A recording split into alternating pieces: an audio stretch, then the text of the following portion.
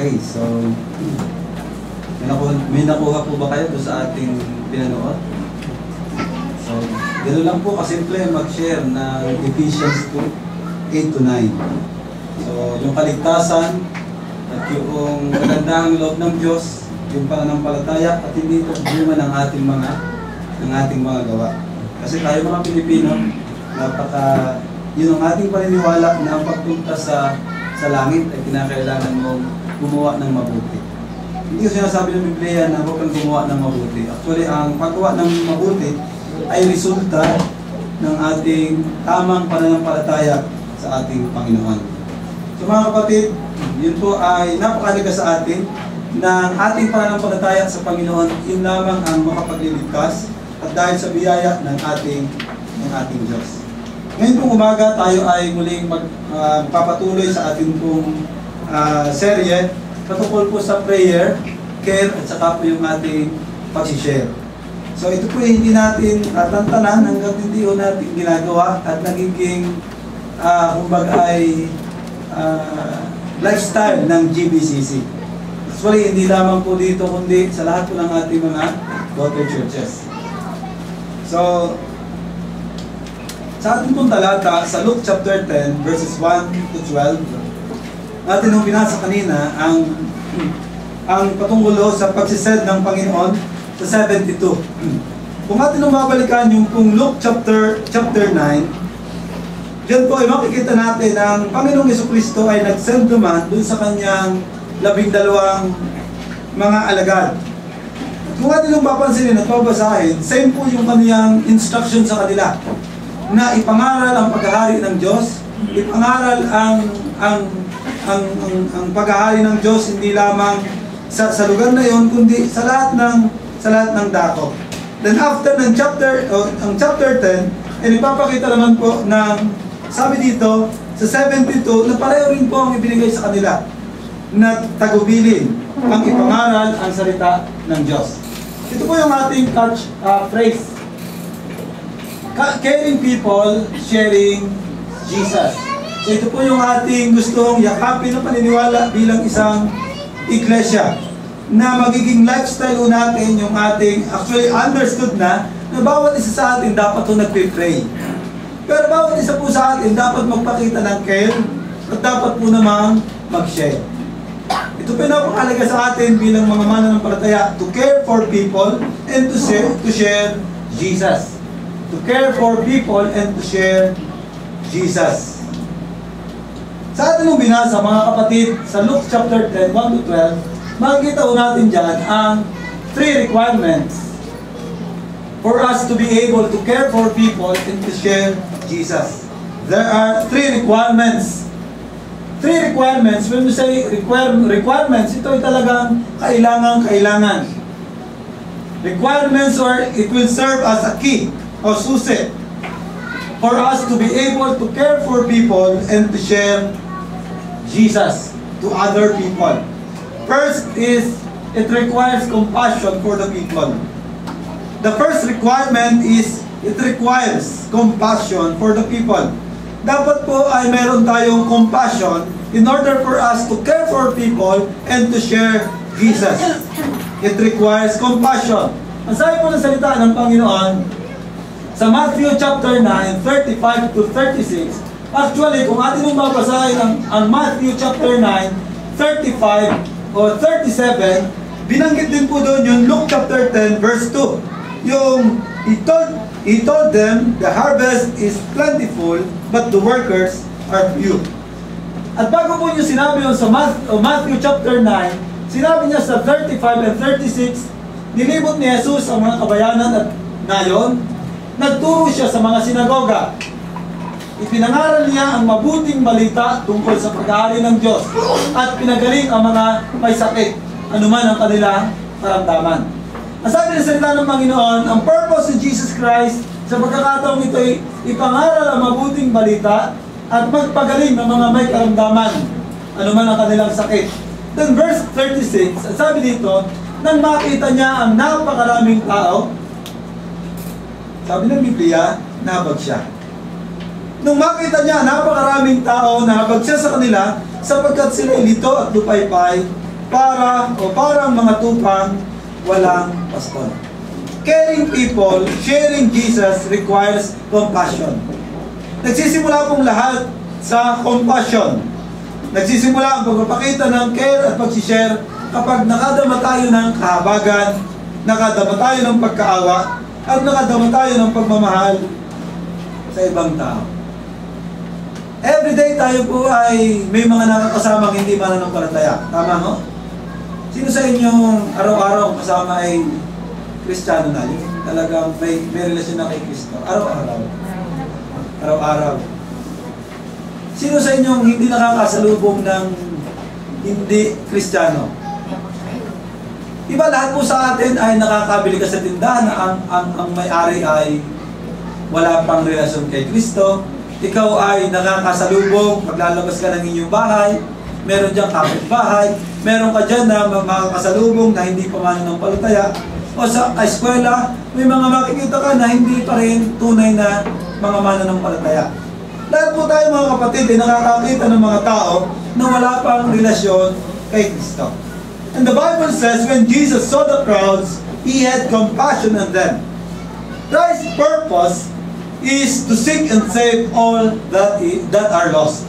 Lahat ng mga nawawala, ang trabaho ng Panginoong Jesucristo, ang layunin niya ay hanapin at iligtas.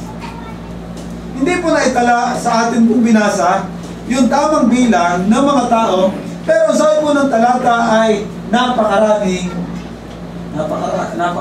tao. Superlative degree. Napakaraming tao ang nakita ng Panginoong Jesucristo. And Jesus cares for the people. He shows compassion on them. Ang sabi po ng Mark chapter 8 verse 2, nung pakainin niya yung 4,000 na mga tao, ang sabi ng Mark 8 verse 2, I have compassion for these people. Nahahabag ako sa mga taong ito. Nahahabag ako sa mga taong ito, sabi ng Panginoong Jesucristo. Mga kapatid, ang Panginoong Jesucristo ay nahahabag kahit sa individual, sa bawat isa po sa atin. Ang Panginoong Jesus ay nahabag kahit sa mayayaman. Alam mo natin yung story noong sa Mark chapter 10, yung mayamang binata, na sabi niya, paano ako maliligtas? Sabi ni Lord, sinusunod mo ba ang 10 utos? Ay, sinusunod ko ang 10 utos. Sabi ni Lord, ay ibenta mo ang iyong kayamanan at ipamahagi mo sa mahihirap. At yung mayaman ay unti-unti umalis na malungkot. Kasi sabi ng Bible, napakayaman niya. Ibig sabihin po mga kapatid, even Jesus, nagpapakita siya ng kahabagan sa mayayaman. Nahabag siya sa mga mahihirap. Sabi ng ating talata, nahabag siya sa kanila sapagkat sila ay lito at tukay-pay. Nahabag siya sa mga marurunong o sa mga may pinag-aralan. Nahabag siya sa mga nagagalit sa kanya. Nahabag siya kahit sa mga kaaway niya. Nahabag siya kahit sa mga nagagalit sa kanya. O nahabag siya kahit sa mga bata. Nahabag din siya kahit sa kanyang mga alagad. Nahabag din siya sa mga tao, hamak man o dakila. And the proof that He had compassion and love to us is when He gave His life, or His own life for us. When He died on the cross, sa bawat isa sa atin. Mga kapatid, yun ang pagpapakita sa atin ng Panginoon ng kahabagan. Jesus Christ is a good example of compassion. And because Christ lives in us, we have also the same character. Meron din po tayong dapat kahabagan. Mga kapatid, ito po ang isa sa karakter ng Diyos kung paano nandoon ang kanyang pagnanais na ang bawat tao ay mailigtas. Kahabagan. Ang tanong ay paano nawawala ang compassion natin sa tao? Paano po nawawala ang compassion natin sa tao? Yung kahabagan natin sa tao? Kapag ang tao ay nagiging self-centered. When we focus on ourselves. Aside po ng isang quotation ay ganito. More Jesus, less drama, less selfishness, less complaining, less bitterness, less gossip, less pride, less anger, less me. May katotohanan po ba yan? Pero habang ikaw ay lumalagaw sa Panginoon, ito naman ang nagiging kalalagayan mo. More Jesus, less drama. May drama pa rin, no? Pero no selfishness. Later on, no complaining, no bitterness, no gossip, no pride, no anger, no greed. The more na tayo po yung nakikilala natin ng Panginoon sa Kristo, nawawala pong ang lahat na nito sa atin. Pero pag lumiliit po ang Panginoong Kristo sa ating buhay, may lumiliit, yung bang pagkaramdam mo kayo lumalayo sa Panginoon, na-highlight po lahat ng ito. At alam niyo mga kapatid, yun ang gusto ni Satanas sa atin. Na tayo po ay maging self-centered. Yung ako muna bago ang iba. Ako muna, laging ako muna.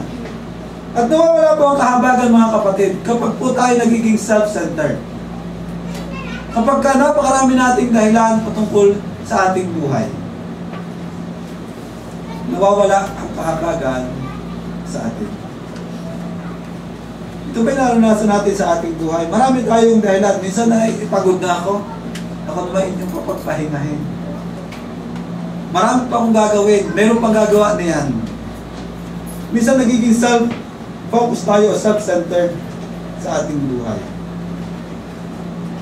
Mga kapatid, in order for us to care for people and to serve Jesus, it requires compassion.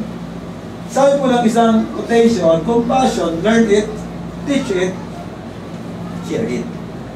Compassion, learn it. Dapat itong iyong matutunan muna. Dapat itong ituro at ibahagi. Compassion, learn it, teach it, share it. Perhaps, ang dahilan po mga kapatid, why we don't care for people and share Jesus to other people is because we lack of compassion. We lack compassion. Nagkukulang po tayo ng kahabagan sa tao.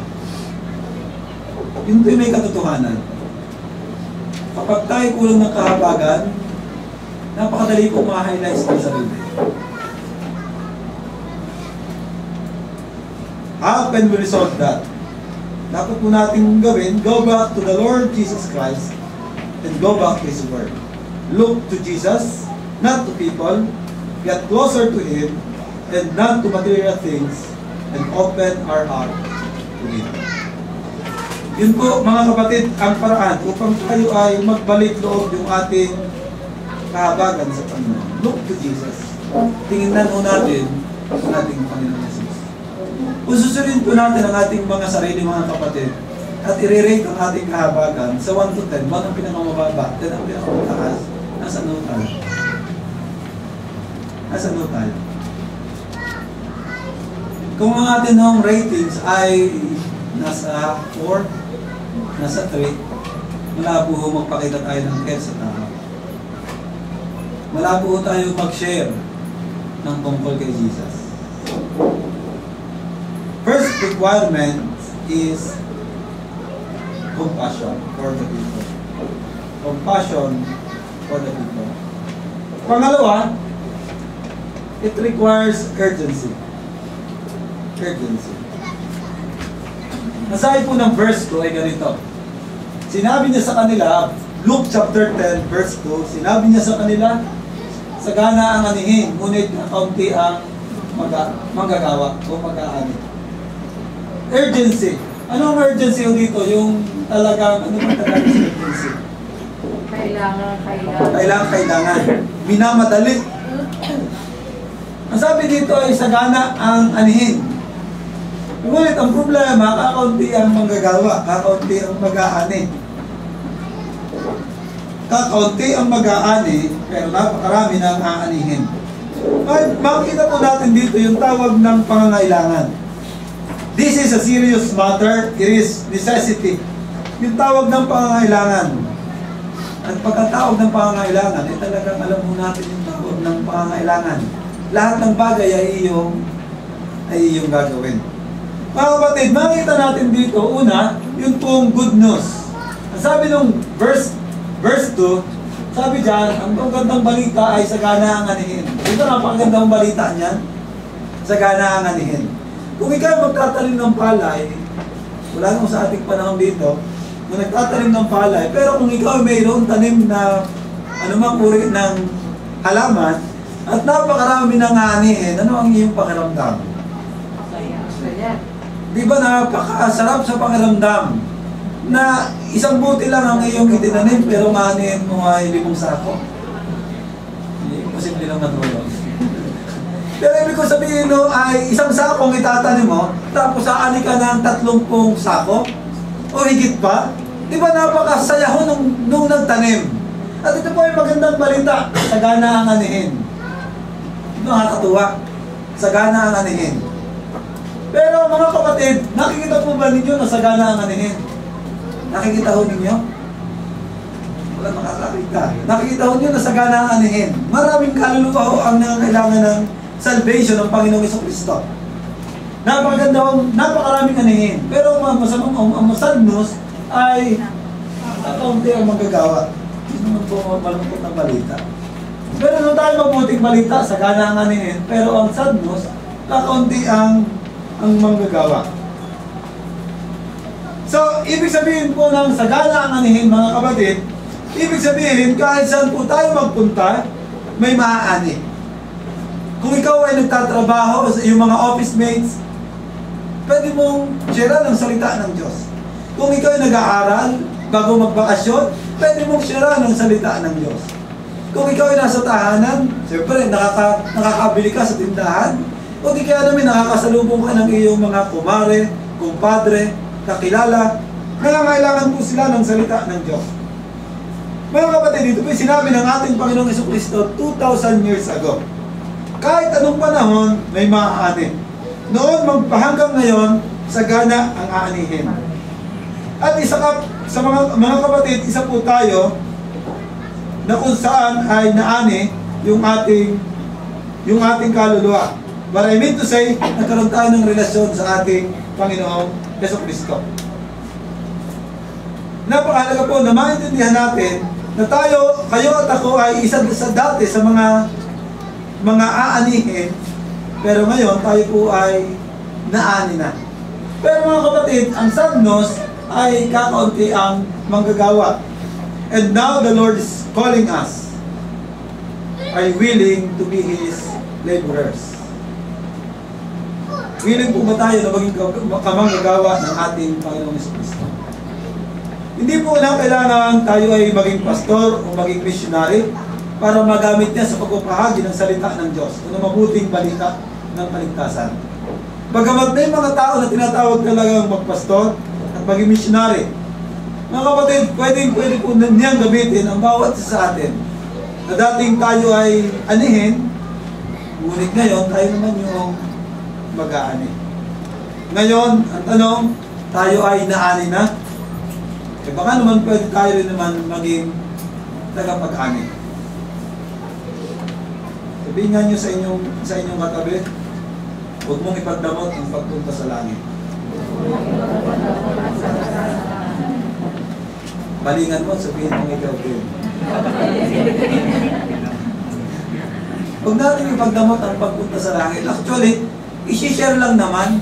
Anong mahirap doon? Mahirap ba mag-share?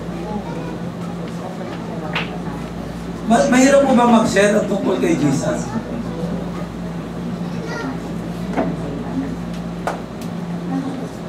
Madali po ba mag-share tungkol kay Jesus? Sila mo na lang. Tayo na ka. Walang. Napakadamot naman mo natin. Paano ang inyong mahal sa buhay, ang inyong asawang kaisa-isa? Ang inyong mga anak, na alam ho ninyo na mayroong tiyak na kapahamakan doon sa kabilang buhay. Mga kapatid, ang sabi ng verse 3, chapter 10, verse 3, pumayo kayo. Pumayo kayo. It requires urgency. Kung paano makakapagbahagi po tayo ng salita ng Diyos at makakapagpakita ng care sa ibang tao. It requires urgency. Pangatlo, at panghuli, it requires passionate prayer. It requires passionate prayer. Ang sabi ng Luke chapter 10 verse 2, "The harvest is plentiful, but the workers are few. Ask the Lord of the harvest, therefore to send out workers into His harvest field." Verse 2b, ang sabi ng salita ng Panginoon, "Idalangin niyo sa may-ari na magpadala siya ng mga manggagawa sa kanyang bukirin." Ang sabi po ng salita ng Panginoon, makikita natin dito, sino ang may-ari? Ang Panginoon, ang ating Diyos. At ang trabaho natin bilang mga mananampalataya ay, ano? Manalangin. Manalangin kanino? Sa may-ari. Sapagkat ang may-ari ho ang nagpapadala ng manggagawa kanino? Sa kanyang bukirin. Dapat maintindihan natin na ang trabaho ng mga mananampalataya ay humingi, manalangin. Ito ho ang may-ari na kung saan ang trabaho niya ay magpadala at siya po ang may-ari ng manggagawa at siya rin ang may-ari ng bukirin. Ang dapat itong gawin natin mga kapatid ay manalangin. And then makikita natin yung importance of prayer. Ang kahalagahan ng prayer, not just prayer but fervent prayer, passionate prayer. Yung bang marugdog na pagdalangin sa ating Diyos. At ito po, napakahalaga sa bawat isa po sa atin. Sabi diyan, idalangin nyo sa may-ari. Ang Panginoon, ang Diyos na gumagawa at kumikilos sa buhay at puso ng mga tao. Aside po ng Colossians chapter 4, verse 2 and 4, huwag kayong magsasawa sa pananalangin. Nakakasawa po ba ang pananalangin? Nakakasawa po ba ang pananalangin?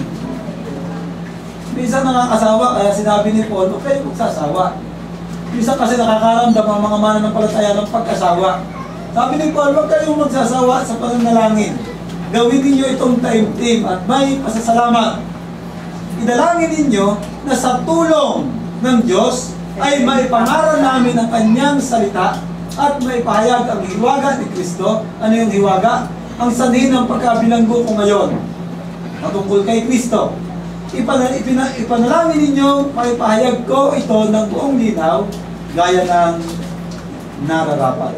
We must pray intentionally and intensely. Ito po ang hamon sa atin mga kapatid. Don't forget to pray GBCC, GMA Bible Christian Church. Sa atin po mga personal prayer time, lagi po nating isama sa Diyos na tayo tumawag ng mga manggagawa at maglilingkod sa kanyang iglesia sa lugar na ito. Our goal as a church is to plant churches. And we need workers, not just workers, but committed workers. Maging handa rin po tayo mga kapatid, kapag tayo nag-pray, asahan po natin na may mga pagkakataon tayo po ang tugon sa ating mga panalangin. Passionate prayer. Kumusta po yung ating pananalangin sa Panginoon mga kapatid? Ito ba ay mas lalong nag-aapoy yung ating pananalangin sa Panginoon? At napakalaga po na upang tayo makapagpakita ng care at makapag-share, it requires passionate prayer. Mga kapatid, sa ating Panginoon, ito po ang tatlong requirements na dapat natin ginagawa. Una, it requires compassion. Compassion. Pangalawa, it requires urgency. Ito po'y minamadali. Ito kailangan. Pangatlo, it requires passionate prayer. Kung atin ang titingnan, saan ho tayo may pagkukulang sa tatlong ito? Tayo ba'y mayroong pag-atubili na may bahagi o salita ng Diyos? At magandang tingnan mo natin ngayong umagang ito, yung kung tinatawag na persons of peace. Sa atin po mga naitala na mga pangalan doon po sa ating isinakmit na kailangan nating ipag-pray, kailangan nating mag-care, at kailangan nating i-share at tungkol sa salita ng Diyos sa Ephesians 2:8-9. Among those person na inyong pong isinulat, may tinatawag pong persons of peace. Sino po yung persons of peace? Sila yung mga tao na hindi lamang nag-i-stay o hindi lamang naniniwala na para sa kanila yung kaligtasan. Sila yung mga tao na kung saan ay nangangailangan din, nandun yung kanilang urgency na ma-share yung kanilang napakinggan. Persons of peace.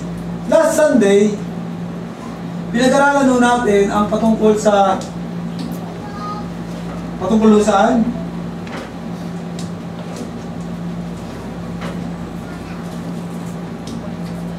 Ayan, testimony, patungkol sa pagpapatotoo. Nagsulat po tayo ng 2 minutes na kung paano natin may share yung ating mga patotoo. Yung kwentong may kwenta. At lahat po ng ating kwento ay mayroong kwenta dahil tayo ay binago ng ating Panginoong Yesus. Then pinag-aralan po natin ang prayer, care, and share ng mga nakaraan. At ito po tinuro sa atin ni Pastor Ray. Then ngayon, tingnan po natin yung persons of peace.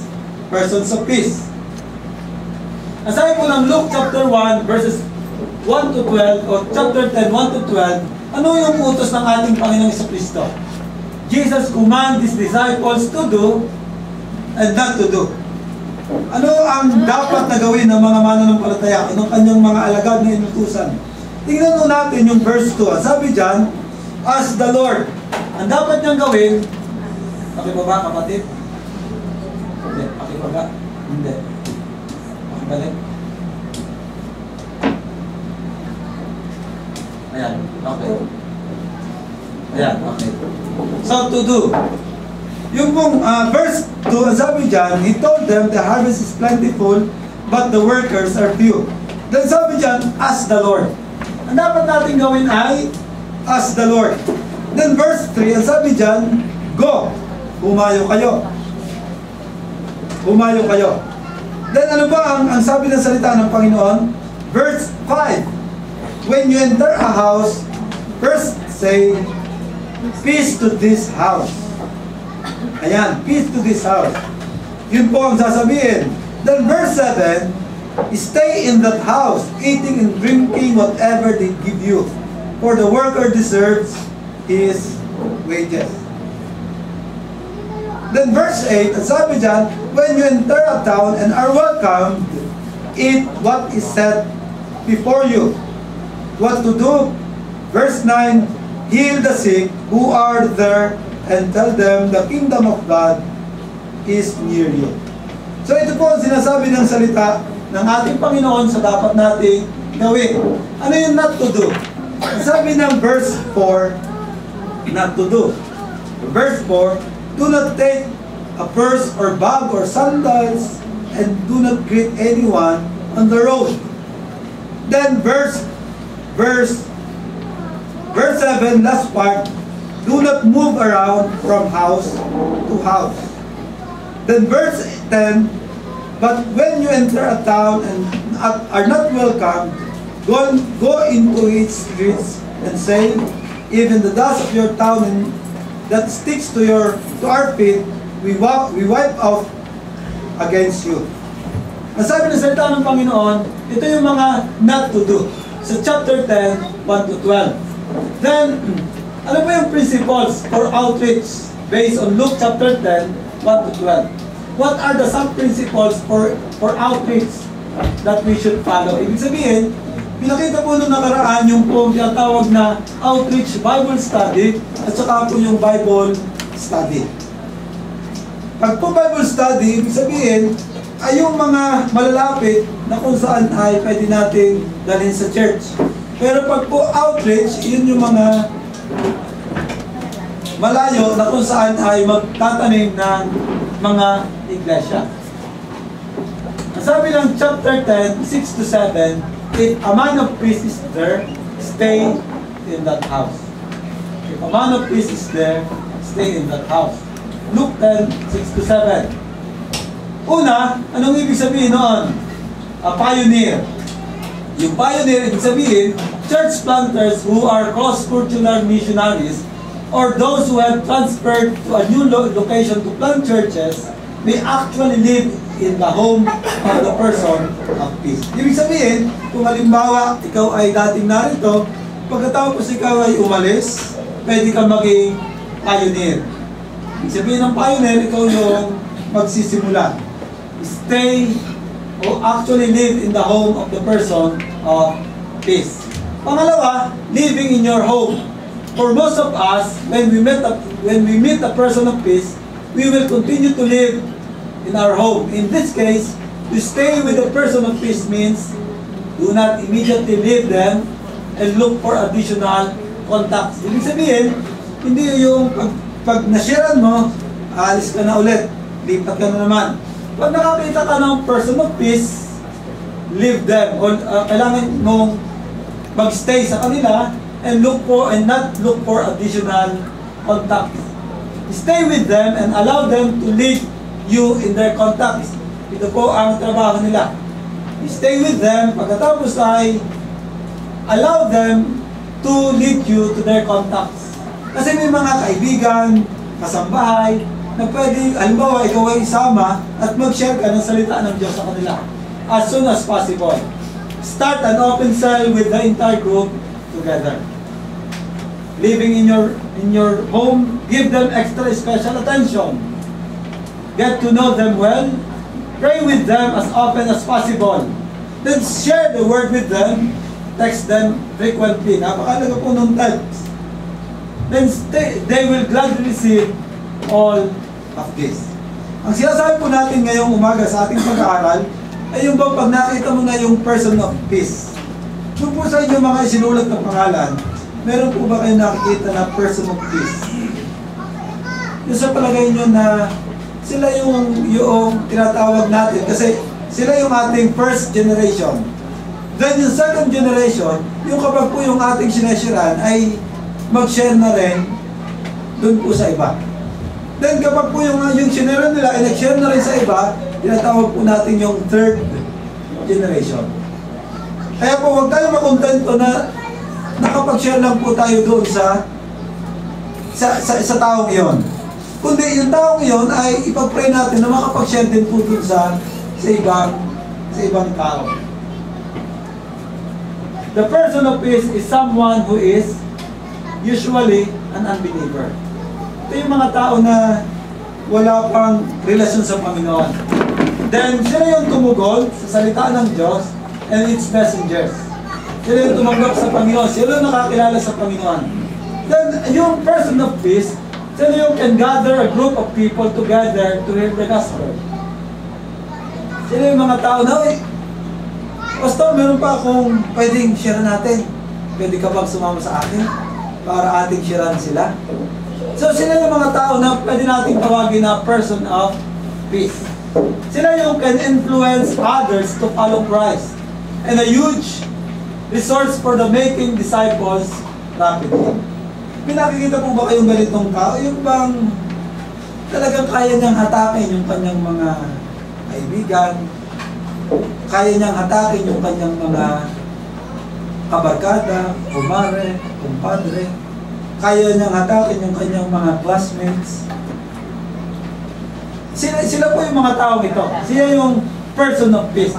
Actually, yung person of peace ay hindi lamang pwedeng isa, pwedeng dalawa, pwedeng tatlo. Sa inyo po mga inilistang pangalan, meron ba kayo nakikita na may ganitong katangian? Sila yung kaya mag-gather ng group, tapos sila yung may impluensya sa komunidad, na talagang pag sinabi nila, dito tayo makikinig ng salita ng Diyos. Talagang lahat ng tao ay pumupunta para makinig ng salita ng Diyos. May nakikita po ba kayo doon sa mga taong inyong isinulat?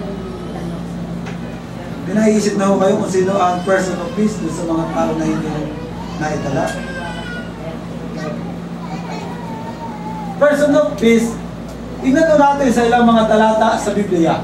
Acts 10:24 to 27, 16:31 and 34, 16:14 and 15, and John 4:25 to 30. Who is the person of peace and how does the gospel spread through this person? Una, tingnan natin yung Acts chapter 10, 24 to 27. Pwede bang basahin ng mga babae? Mga babae, ready? Begin. Dumating siya sa Samaria matapos ng maghapong paglalakbay. Naghihintay na sa kanila si Cornelio, kami ang mga kahanap at nagkataling na kaibigan ng kanyang inanyayahan. Sinalubong ni Cornelio si Pedro at nagpalarawan sa harapan at sa luma. Ngunit sinabi ni Pedro, hindi kayo, ako ikaw tulad niyo. Patuloy silang nag-usap habang pumapasok ng bahay at nakita ni Pedro ang maraming tao.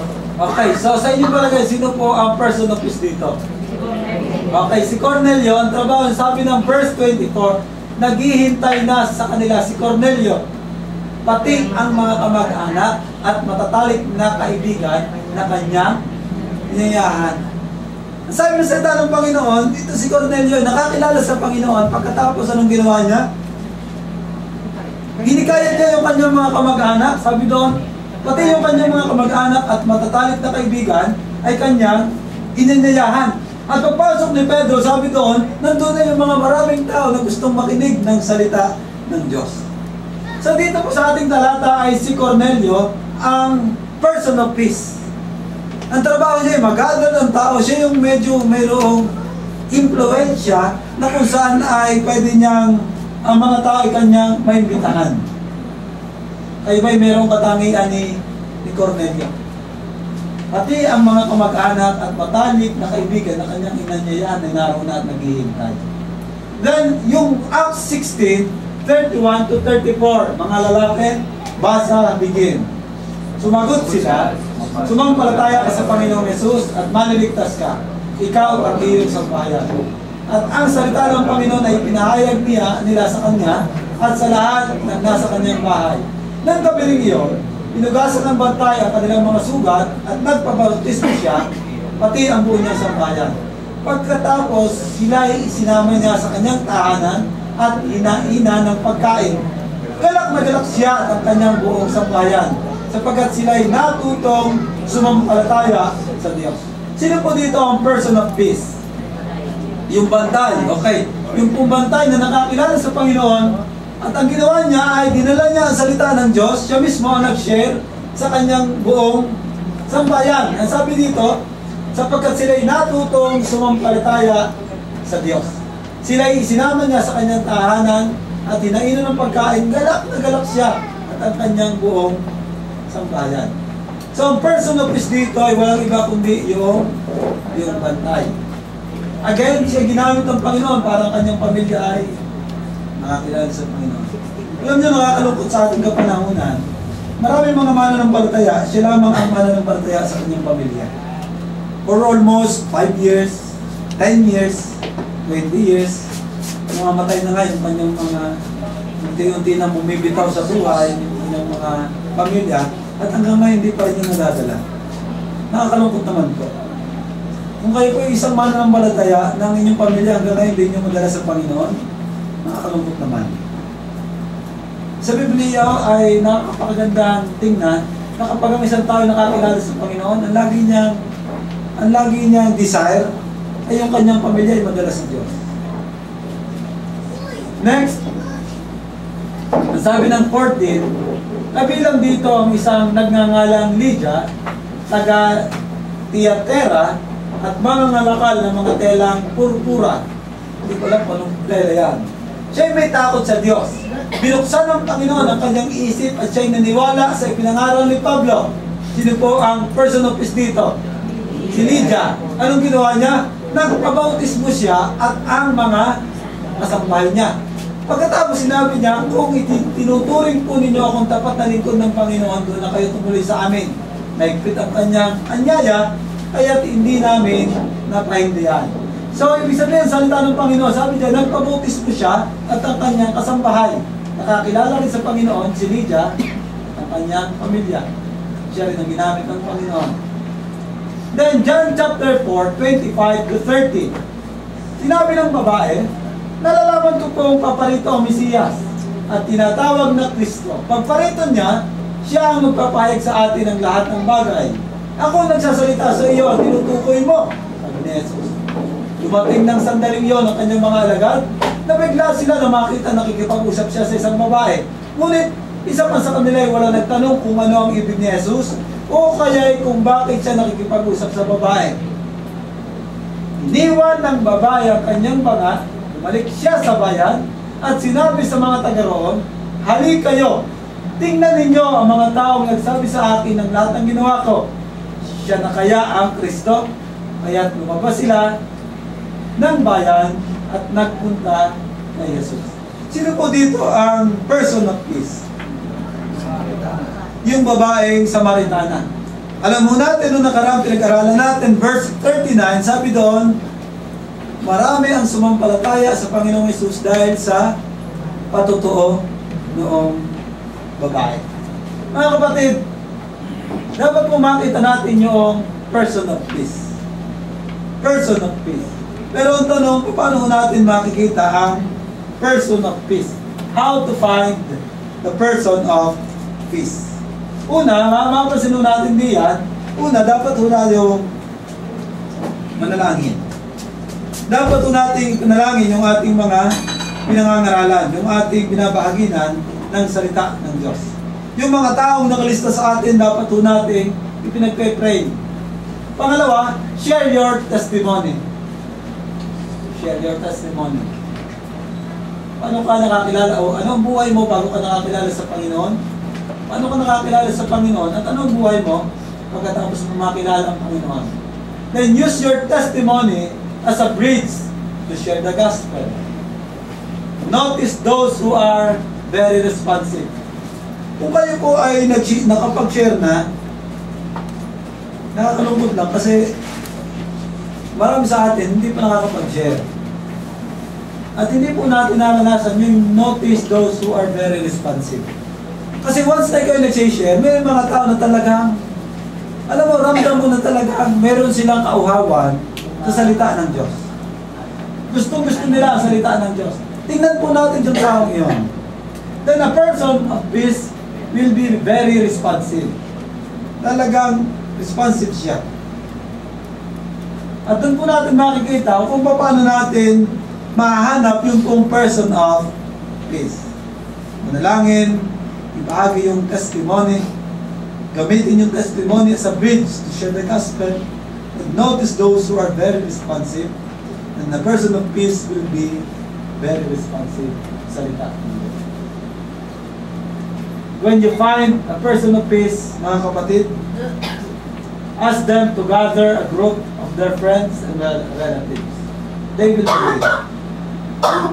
Kapag po nakita natin yung person of peace, hilingin po natin na i-gather nila yung kanilang mga kaibigan at saka yung kanilang mga kakilala, yung kanilang mga kamag-anak. At yun po yung kanilang gagawin.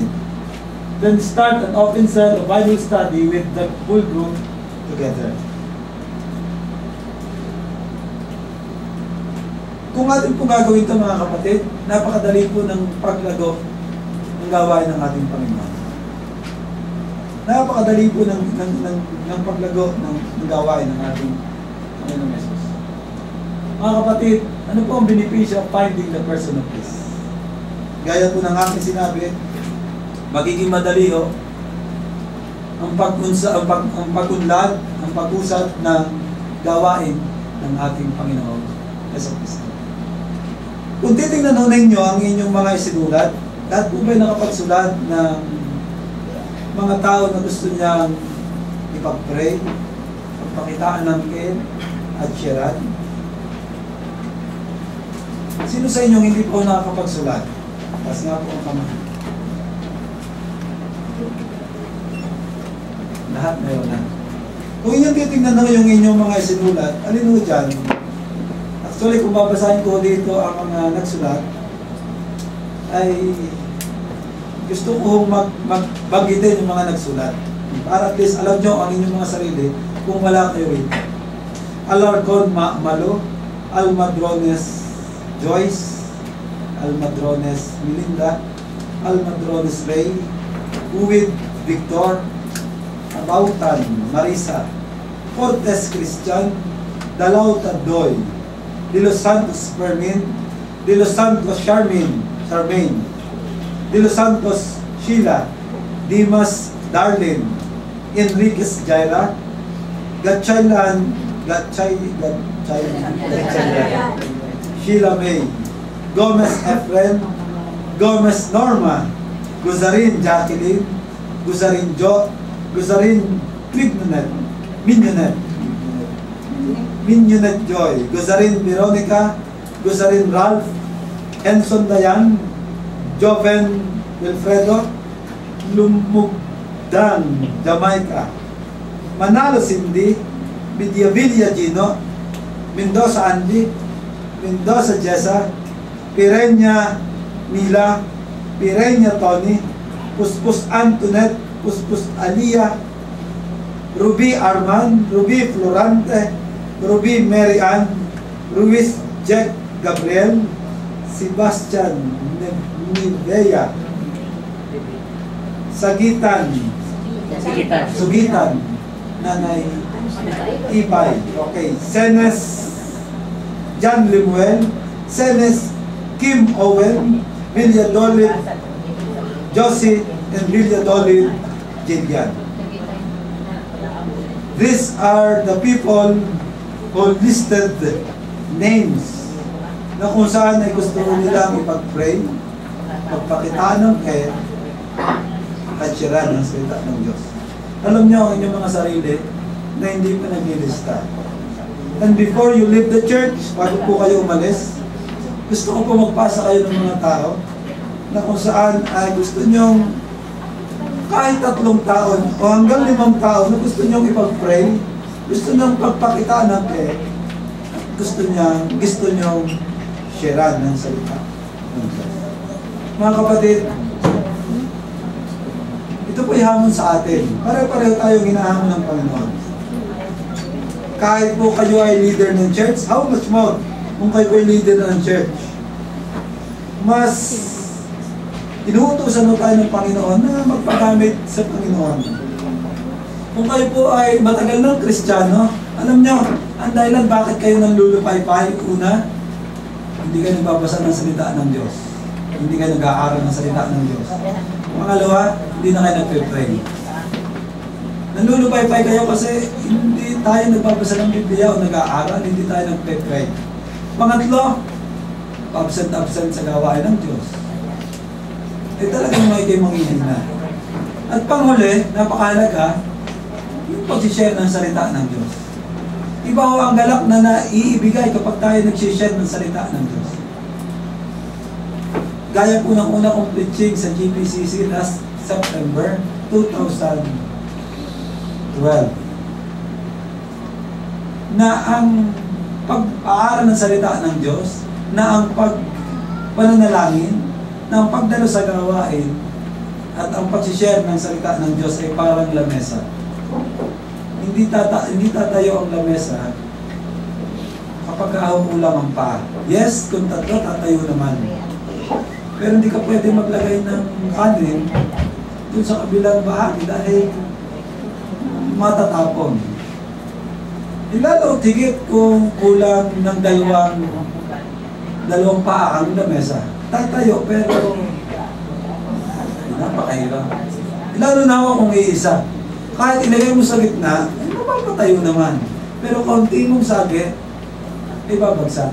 Lalo na ako kung walang paa. Nakagamit na po ba kayo ng lamesa na walang paa? Nakakagamit doon din, nasa lapag. Para ang aso kung kumain. Nakaluhor. Napakahirap kung kumain noon. Magagamit naman no, pero mas mabuti pang tumayo ka at hawakan mo. Lalo na ako kung ang isang mananampalataya ay, nagpe-pray. Pero walang Biblia, hindi umaatin ng gawain, hindi ho nag-share ng salita ng Diyos, kung lang ng isang lamesa, mabuhay po yan.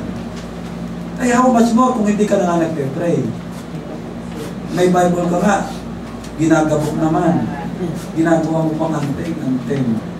Hindi mo binabasa at pinag-aaralan. Hindi pa-absent sa gawain, hindi ka nag-share ng salita ng Diyos. Paano ka makakatayo? Mga kapatid, dito po ang hamon sa atin. At ito po ay step of faith.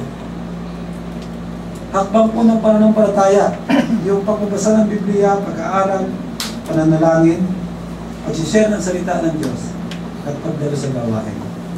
Kung inyo titignan, ang mga mensaheng ito naman ay alam na alam ninyo. Tama? Alam na ninyo. Pero bakit pa ulit-ulit na sinasabi ng mga ngaral? Baka po tayo nagkukulang. Mga kapatid, sabi po ng isang awit, Lord, I stand in the midst of a multitude of those from every tribe and tongue. We are your people, redeemed by your blood, rescued from death by your love. Lahat po tayo nakaranas ng pag-rescue ng Panginoon mula sa kamatayan tungo sa kanyang buhay. Awitin po natin ang awit nito sa response to our message this morning.